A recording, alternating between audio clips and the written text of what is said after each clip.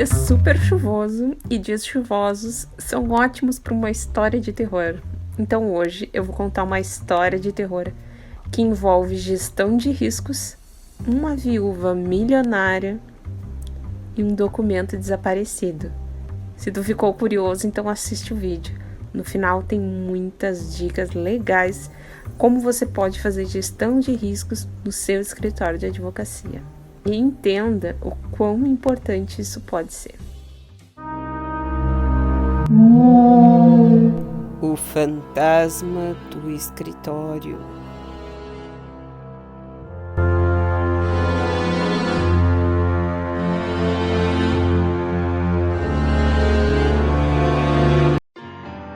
Este vídeo tem o selo Não Sei o que é Gestão de Risco.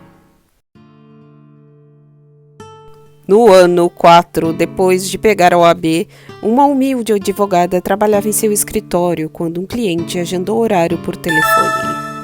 A cliente misteriosa trouxe a causa dos sonhos. Tratava-se de uma herança em outro país. Ela era uma viúva de um rico empresário europeu. A advogada ficou muito empolgada, era sua chance de ganhar algum dinheiro. A cliente então veio ao escritório e contou o caso. A advogada prestou atenção. Doutora, meu nome é Fifi Rouget de Vauverlicot. Conheci o amor da minha vida, um francês de 98 anos, e vivemos um tórrido romance por 1 ano e 8 meses aqui no Brasil. Então fomos para a França. Tudo naquela situação a deixava desconfiada, mas ela pediu: me conte mais. Após 5 meses de chegada na França, ele faleceu inesperadamente. Os filhos do meu marido me expulsaram da propriedade e ameaçaram me matar. Voltei para o Brasil, mas trouxe comigo uma cópia do testamento com tradução juramentada e apostilada, onde sou herdeira. Agora a coisa estava ficando mais verossímil. A advogada sabia que, de acordo com o direito internacional privado, com as regras de conexão, a LINDB e o Código de Bustamante, ela poderia reconhecer a união estável aqui no Brasil. Muito bem, Fifi. Vou pegar o seu caso, ela disse. Vamos precisar de uma lista imensa de documentos. E para isso vou agendar uma nova consulta e você vai voltar aqui para assinar o contrato e trazer estes documentos. No outro dia, Fifi, agora leia tudo e assine o contrato de honorários caso esteja de acordo. A Fifi pegou aqueles documentos, mas ela não leu nada. Assinou tudo: a procuração, o contrato de risco e a declaração de hipossuficiência. Fifi, você trouxe os documentos que pedi? Sim, está tudo aí, e entregou uma pasta fechada para a advogada. Nesse momento o telefone de Fifi tocou. Preciso ir, ela disse correndo, levantando e secando lágrimas do seu rosto. A advogada deixou a pasta ao lado da mesa e foi fazer outras coisas. Depois, ao ir para casa, levou aquilo consigo. Foi verificando tudo o que tinha ali dentro: o contrato de honorários, declaração de hipossuficiência, procuração, RG, CPF, mas faltava a cópia do testamento. Vou avisar Fifi que o documento não estava na pasta. Que sono. Farei isso pela manhã.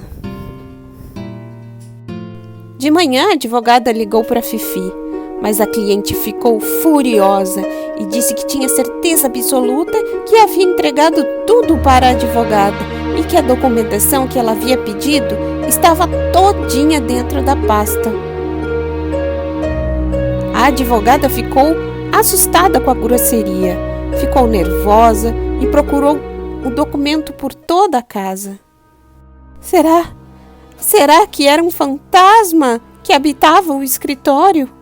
O falecido roubara o documento da pasta. E agora? As pernas e as mãos da advogada tremiam. E ela não sabia o que fazer, pois não encontrara o documento. Então, sentou e pensou com calma. Não, tenho certeza que não havia tal documento na pasta. A advogada ligou para Fifi pela manhã e durante as próximas semanas, mas ela não atendeu. Até que um belo dia, Fifi ligou para a advogada. Na verdade, meses depois.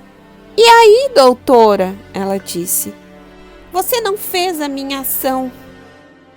A advogada argumentou que tentou ligar para Fifi várias vezes, mas não teve retorno. Fifi simplesmente havia desaparecido e ela precisava do testamento para fazer a ação.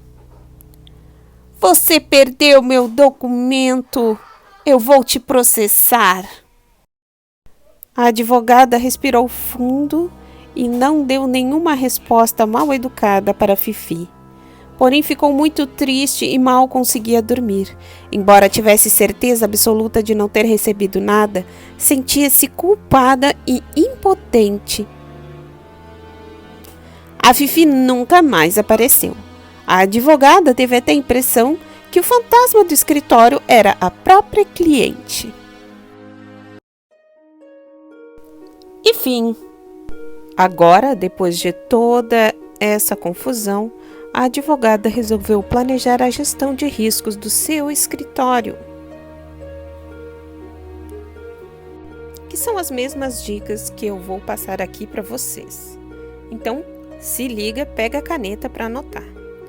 Os primeiros passos da gestão de riscos se dão dentro do planejamento, que é basicamente você identificar se vai contratar um profissional para isso, se vai utilizar softwares de computador ou outros meios. Tenha em mente que os riscos mudam, aumentam ou diminuem o tempo inteiro, portanto, essa etapa terá que ser revisada com frequência. Então, você vai para a segunda etapa, medindo quais são os riscos e os identificando. Nesse momento, você tem que pensar quais são os problemas que podem afetar o seu escritório de advocacia. No exemplo do vídeo, a advogada estava completamente desprotegida. Essa etapa consiste basicamente em medir quais são as consequências advindas da situação de risco. Depois que você colocou no papel quais situações importam riscos e quais as consequências disso, veja qual o impacto que isso trará para o seu escritório financeiramente e emocionalmente. Mantenha-se seguro. Agora você deve planejar respostas para todas essas situações hipotéticas ou que você colocou no papel quando elas realmente aconteceram com você e quantas vezes isso ocorreu. Por fim, após já ter essas respostas, você deve monitorar constantemente, primeiro para saber se o seu sistema de gestão de risco é eficaz, em segundo para saber se não é necessário fazer alterações. Não esqueça que essas situações são dinâmicas, portanto necessitam ser revistas periodicamente e reavaliadas dentro do seu sistema de gerenciamento de riscos. Caso tenha problemas em fazer esse gerenciamento você mesmo, saiba que existem profissionais e programas de computador que podem lhe ajudar. Tão importante quanto estabelecer o sistema de gerenciamento é avaliar os resultados. Todas essas dicas que eu dei estão baseadas na NBR ISO 31000. Aqui as trouxe de maneira simplificada e superficial para que você tenha uma ideia da importância do gerenciamento de riscos. Se você gostou, curta o vídeo para que eu saiba que você apoia a produção de conteúdo didático como este. Se inscreva no meu canal do YouTube para ter acesso a outros conteúdos todos os dias.